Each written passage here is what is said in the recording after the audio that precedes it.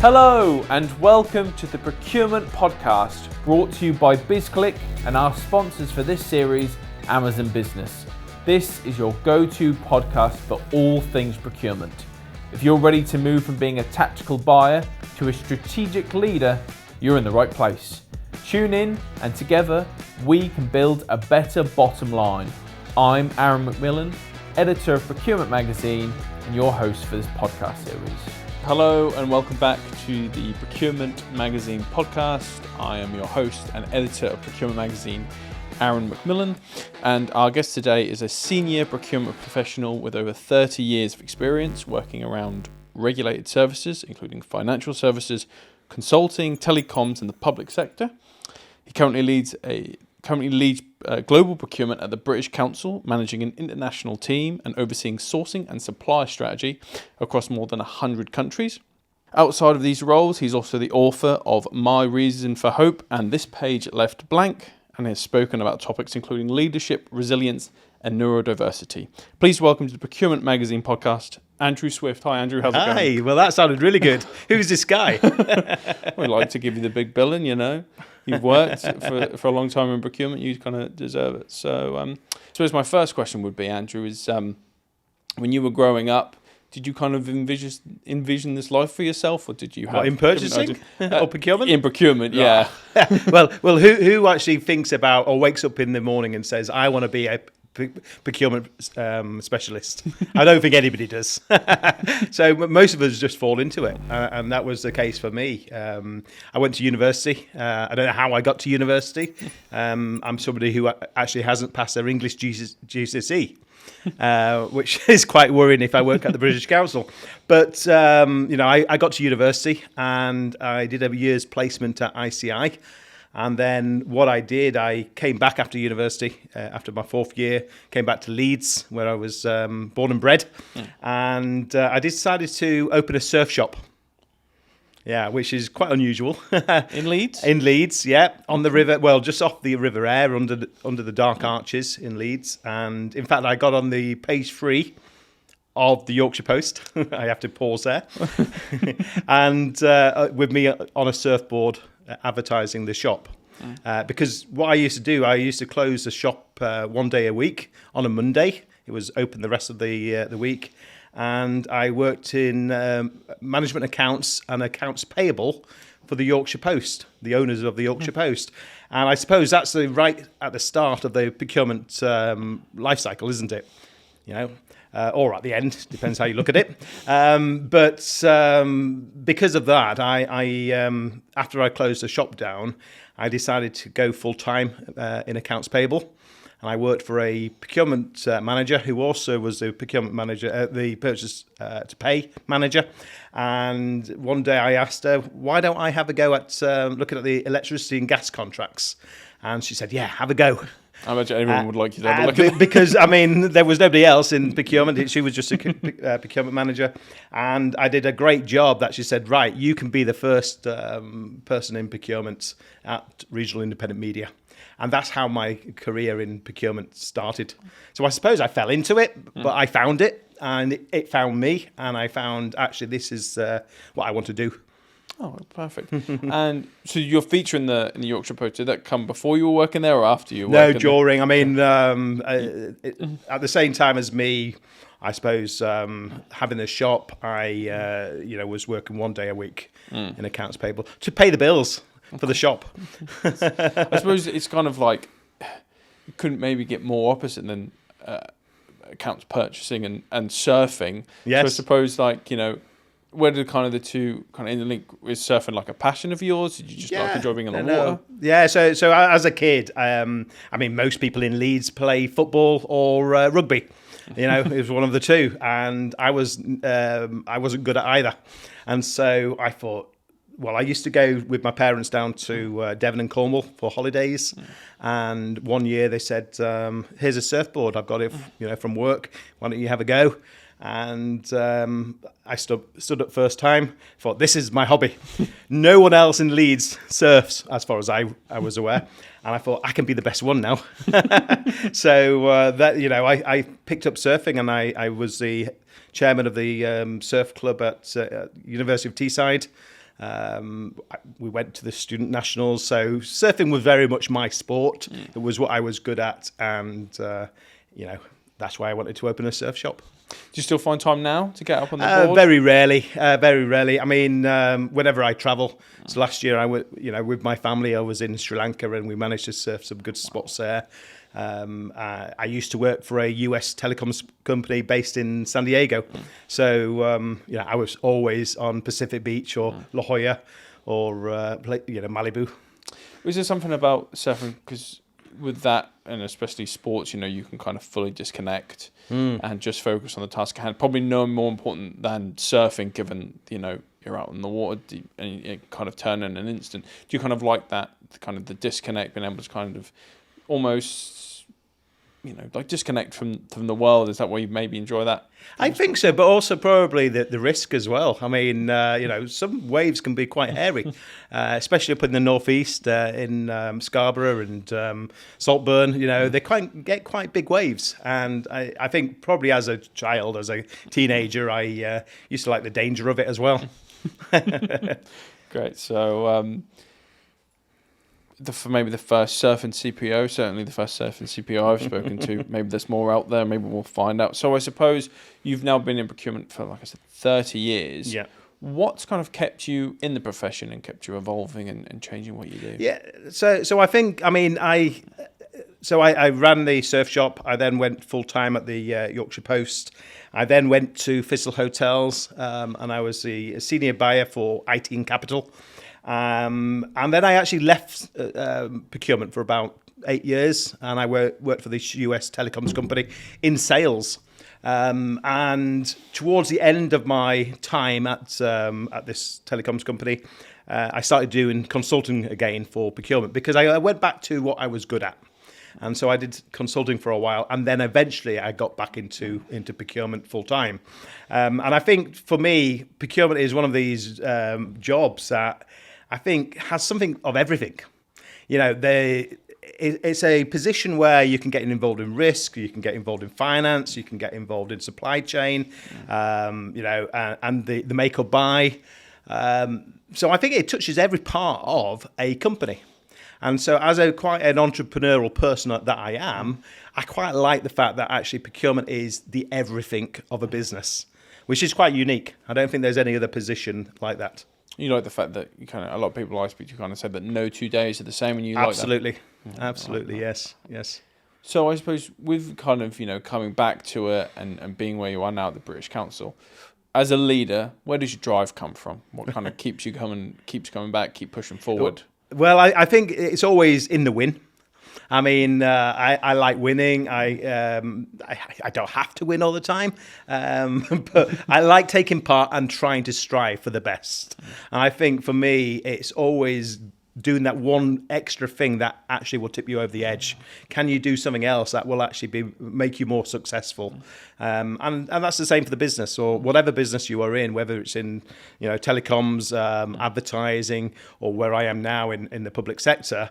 I think we can keep on doing better, and I think that's where my drive comes from, is just to make the world a better place. Tell me more about this kind of winning mentality you've got. What do you mean by that? What kind of drives you to win? And what do you see winning as? Well, I mean, to be honest, where it comes from probably is probably my sense of losing as a child in education. So, I was never good at English and maths to begin with. I eventually got good at maths, and I did a maths degree. But I was always in those remedial sets, what they used to call remedial. So the very bottom class that you can go into, where they put all the people who can't be bothered to work. I could be bothered to work, but I wasn't very good. And so I think probably my drive came from getting out of that position as a child. And I think sometimes we can look at ourselves and say, why are we the way we are? And often it's because of our history, it's because of our education, it's because of the way we were brought up. And I think sometimes the negative can actually bring you to a positive. This podcast is in partnership with Amazon Business. Amazon Business is your one-stop destination for everything your organisation needs. Think of it as the Amazon you already know and love, but specifically re-engineered for the way you work. Amazon Business gives you access to business-only pricing on millions of items and quantity discounts that scale with your growth. It's about spending less time bogged down in those manual tasks and more time on what really matters. So head over to Amazon Business and make the power of Amazon work for you. Yeah, I really agree. I can tell just speaking to you for these few minutes that you've got a tremendous drive to work, and myself, I kind of have something similar. I struggled with dyslexia my whole life, which means, I have to work a bit harder than everyone else, but that's not a bad thing. No. Because, I have to work a bit harder, but in the end, my results might be better than other people because that drive comes from. So it's nice to kind of share. Well, that. I mean, that's why I used to do a lot of the podcasts around neurodiversity, because I have never been diagnosed as having neurodivergent traits, but my kids have. And I also recognise that I'm probably on the same spectrum as them. And to be honest, there can be that negative thoughts about that. I think if we can turn that around, actually say, it is a positive. Some people call it superpower. Some people don't like that term. But I think if we can turn it around and say, actually, having neurodivergent traits is a superpower. It is something that we want in procurement. I think is a positive. And so I've been quite a proponent of trying to drive that agenda forward. What kind of positivities do you think neurodiversity brings in the procurement landscape? Different thinking. It's simple as that. I mean, when you are looking at a deal, whether it's a procurement side or a buy side, sales side, we need people with creative thinking because actually there's no one deal the same. There's no two deals the same as the other one. And I think we need and also the suppliers are looking for creativity themselves. How do you make this deal work for you? And I think having people with different thought patterns, different ways of thinking is actually a positive for a procurement team. No, I definitely think the more voices, the more mindsets you can get on a project can only benefit it. Absolutely. Because like you said, no two people think the same, look at something the same way. So definitely a positive for the workforce, So you've obviously been involved a lot in kind of oversight, governance and compliance. Many people think of that as almost like the awkward job of it, Why is that something you like to do? Well, when I saw that question, I thought that is quite an interesting question because it's not that we don't, whether we like it or we don't like it, we need it. We need guardrails. Just like a train going down a railway track, it needs those rails to keep on track. And I think governance and compliance is all about making sure that we are auditable, that we are people trust what we're saying and doing. Especially when you've got an international organisation as well, having governance and compliance is essential because there are some countries that fraud is more prevalent than others, and it's important that we hold integrity and people trust what we're saying. And I think for me, it's all about having that trust in the procurement department. So governance and compliance is essential, but it shouldn't be a roadblock for businesses, turning over and doing their thing, because actually that's what people see procurement sometimes as their red tape, their roadblockers. And actually, we actually want the opposite. We want business to happen, but we need governance and compliance because there are, some dodgy people out there. Of course. We go to conferences, we speak to a lot of people. A lot of people always bring up the governance, the restrictions that are now in place. Do you think procurement is perhaps over-governed, or do you think they need to be in place? I 100% think they need to be in place. Does it need to be at the same level as we had 10 years ago or 5 years ago? Because actually in the age of, banking and payment systems are so more open than they used to be, and now I can click, put my card on a machine and pay £100, through the I can't remember what it's called when you tap. Contactless? Yeah, contactless. Yeah, I mean the advancements in payment technology has been tremendous, and I think we need to probably loosen our grip a little bit at the front end and probably do more checks and balances at the back end of the process. So to be honest, I think we need to probably relax a little bit more. All right. So, how would you like to see that kind of relax, and what would take place for that? Give more people more authority, more ability to make those decisions. We often liken it to expenses. So for us, for most organisations, you can book a rail ticket, you can book an aeroplane, a hotel, all on your systems. Go over there, go and travel, come back, and then eventually your expenses are done, and somebody will say, I didn't authorise you to go there. And it's the same with procurement. We should give the ability to make those payments, make those expenses, and then do the checks and balances after. Trust people more. Definitely. There's a lack of trust, I think, in a lot of organisations. Where do you think that stems from? Probably oversight. If it's in the public sector, then obviously we get our direction from the central government, from the Crown Commercial Office. And I think, and also auditing, internal audits. Sometimes we just like to paint a pretty bad picture of what's going on. And sometimes that's not really the reality. In your opinion, what's the kind of biggest risk facing procurement professionals today? That's a really good question, because the biggest win is AI, but also it's the biggest threat. Not in itself, but because of what it's going to have an impact on careers and hiring people. So I think the biggest threat is, where will we get those people with, at the very bottom rung of the ladder in procurement? A bit like me back in 1997 at the Yorkshire Post, being in accounts payable. In the age of AI, I may not get that job in the future because that's done by AI. But that means that we are losing that entry point into the procurement end-to-end process. So my biggest fear is, how are we going to start attracting talent? How are we going to start training and teaching them from the very start of the procurement process? Because what we're going to expect is that they can come straight away into the strategic level. Actually, not having that background in accounts payable, at the low grades, we're going to lose a lot of people. At the conference last week, speakers on stage were speaking very similarly about losing jobs, those entry-level jobs. How do we make sure companies don't see the benefits of the bottom line being cut, not having to pay someone's salary, so we can make sure those entry-level jobs still exist? Yeah. To be honest, it's going to be really hard, because the pressure I get is to do more with less. So we've got less budget, and the only way to actually do the same amount of work and more is to bring in efficiency. It's to bring in AI automation. It's to bring in contract reviews, pipelines and things like that can all be transferred into AI. And it's for me, I think, personally, to actually think, well, I can give 70% of that work, but I'll keep 30% back and still do some stuff internally with my staff around the world.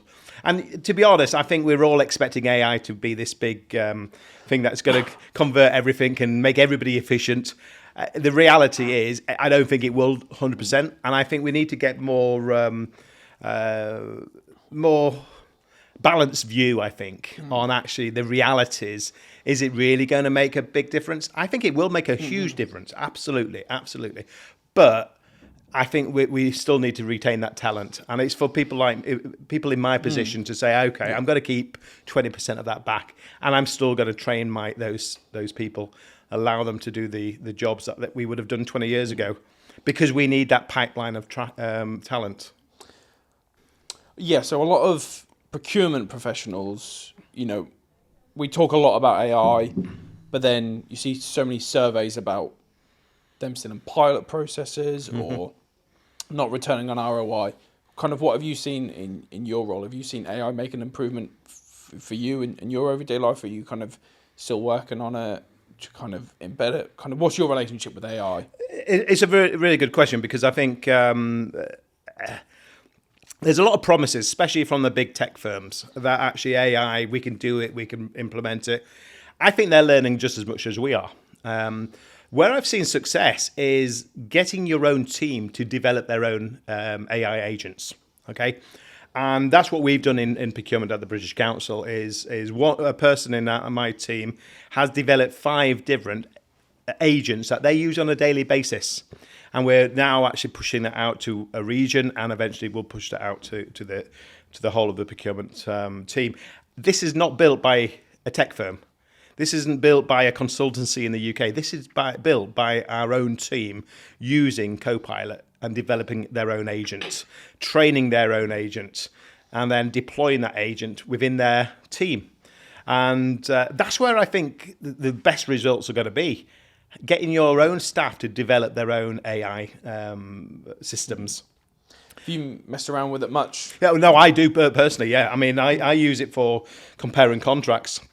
I use it for drafting requirements. I've tasted Copilot. I've played around with Claude.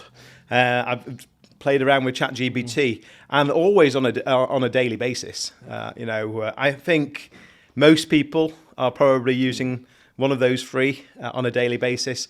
May not want to admit it, but if you've seen an improvement in their emails, letters, then they're probably using AI. And the sad thing is we're discouraging schools kids from using it, and I quite rightly probably due to not coming up with their own work. But in the workplace, we're encouraging it all the time. And I think maybe we need a change of thought at the schools as well. Yeah. When you say it like that, there is quite a strange disconnect because, everyone uses it a lot in their daily lives now. Appreciate, maybe under exam conditions or those coursework assessments, if AI is detected, that should be flagged. And I think rightly so up and down the country, probably across the world. If you detect that, I think papers are being disqualified and rightly so. But yeah, I think there is that right because it's a tool there and the world's using it. And, everyone talks about how companies who don't use AI are going to get left behind. Is that worry that we're going to leave the next generation behind and we're not giving them the entry level jobs? It's just striking the right balance, but it is. I think we're kind of a bit of a work in progress, aren't we? So obviously you work, for the British Council, you've worked at these huge companies, led procurement transformations. You've also written some books. Is that something you always wanted to do? No, not at all. How did that kind of come about? Well, to be honest, so my 2 books that I've written are more on the religious side, if you want to say that, and they came out a place of where, for me, I was I struggled at school, so I was never good at English, and then. Yeah, I got into the world of surfing as a surf shop owner, and then I went into sales and I worked in it for a sales organisation, a US telecoms company. And at that time, the world felt to me like my oyster. I was able to accomplish anything, and out of that came creativity to write This Page Left Blank, which is essentially saying actually we all have the ability if we choose to write that story. And for me, that book came out of that. And my reason for hope is all about, you see these big stars, whether they are on TV, sports stars, big business stars. I even have people like, I won't name them, politicians also writing. And it was all about what drove them why did they have a hope?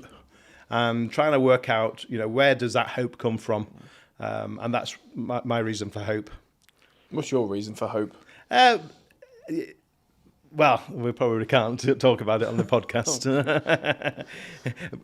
Cut that bit out. When you can't get religious on a podcast. When people kind of write in about the stuff that kind of them hopeful and keeps them kind of driving along, did that kind of help you kind of understand your different perspectives, and how have you been able to apply that to the kind of the leadership you've provided for so many? Yeah, so I mean, the people that I really respect have a clear vision, and I think there's a lot of leaders out there who lead organisations or lead departments. They don't know where they're going. They haven't got a clue where they're going. They haven't got a 5-year plan. They haven't got a vision of what their future could look like. Now, none of us have a crystal ball, but actually we should be people with a plain vision that you can lay out, give to your team, and they can run with. Because actually, that's what people are crying out for. They don't want good leaders who are just good at compliance or giving them a pat on the back. They actually want to follow people, because a true leader has people following. And you look at people like Richard Branson, or I'm trying to think of other people that Barack Obama used to be a great visionary. There's some really great visionaries out there, and that's what I wanted to be. So when I first joined the British Council, within the first week, I had a direction. I knew where I wanted to go. And actually what I did, I went around the world to see all my team in locations. So I went to Kenya, I went to Nigeria, I went to Sri Lanka, went to China, and I met with all my team and said, this is a vision. And they all got behind it. But the second thing I did was teach them about leadership. And because what I wanted them to do is take my vision. Yeah, they can input into it, but they needed to lead that vision as well within their own teams. So passing the baton and saying, look, run with it. And so for the first few years, I really got a strong sense that we were all going in the same direction.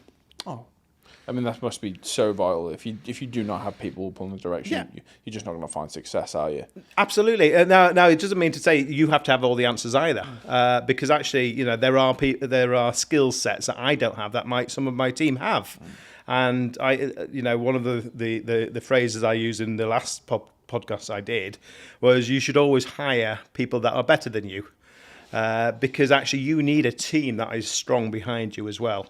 So you may be the person with the vision, you may have the direction you want to go in, but you also need a strong team behind you as well.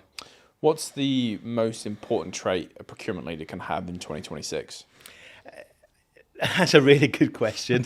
To be honest, I think it's a balanced view, and it's probably something I need to learn now, and I'm starting to be more conscious of. I'm an optimistic person, okay, but also you need to be a realist as well. What are the things that are broken? And I think to be a good leader, in 2026, you need good vision, but also you need a balanced view of what isn't working now, how can we fix it, and let's move forward. Perfect. Andrew, it's been so nice to talk to you. I've got a few more questions stuff before I let you go. That's fine. So something we like to do on the podcast is we get our speakers to ask questions to each other. We kind of always pay it forward. So from our last interview with Amanda Prochaska, she wanted to know what keeps you up at night. Maybe in a procurement sense. In a procurement sense, you know what? Absolutely nothing. Nothing keeps me up at night. And I tell you why. Because I think work is really important. Work is really important, but it could be here today and gone tomorrow. I think if you are, yes, things concern me, and yes, I need, you need to have that difficult conversation the next day. But when I leave work, whether that's at home or coming into the physical office, when I leave the door, that's it. And I think that's a better mentality to have. So my answer to that question is nothing. That's so absolutely nothing. I think there's been a real kind of, due to the pandemic and so many people working from home, that blend, that crossover between where work starts and ends and where our personal lives kind of start has almost become kind of cross-blended. How do we stop people worrying about it so much? Because I know a lot of people who their whole identity is shaped around their work. How do we turn it off? Maybe we should all go on vacation for a year. Have a sabbatical. I think you're absolutely right. But for me, what I do, I'm lucky because I've got my own office at the bottom of the garden that is built, and it's got internet and whatever. So I walk, even though it's at home, I walk to the office and then I leave it at night. I know some people who work maybe in their kitchen or in their dining room, they still get changed. They put their suit on to go to work, even though they're in the house still, because you need that sense of separation. To be honest, I think it's got to be different for everyone, but you need to somehow work out, how do I separate work from home life, but also hold it lightly. I know it's really important, and we all have to pay our mortgages and our food costs, but we could all be fired tomorrow. You're absolutely So right. hold it lightly. You're absolutely right. Thank you so much, Andrew. And before I let you go, I'd like you to ask a question forward. What would you like to ask our next speaker? Well, I mean, I have a question that is basically, if procurement ceased to exist in your company, what would break first, and what would happen? And finally, I've got 3 more questions for you, all quick fire. Quick fire. First thing that comes to mind. Yep. Please just say it. So, what is the most exciting thing about the future of procurement? What is the most? Wow, you wanted a quick answer. I have to think. I think it's value. Its value is the most exciting thing, because we're no longer about how much money do we save, how much value are we adding to the organisation. So, quick fire answer: value. What's one thing people still get wrong about procurement? One thing we get that we have a secret credit card somewhere. They all think we go to the M&S and go shopping every day, don't they? The difference between purchasing and procurement, maybe. And finally, what is one piece of technology we rely on now which will be obsolete in a year? The Excel spreadsheet. I'm not the first person to say that. Andrew, I could sit here and speak to you all day, but unfortunately we've run out of time. So thank you so much for your time. We really appreciate it. Thank you very much. Thank you for having me.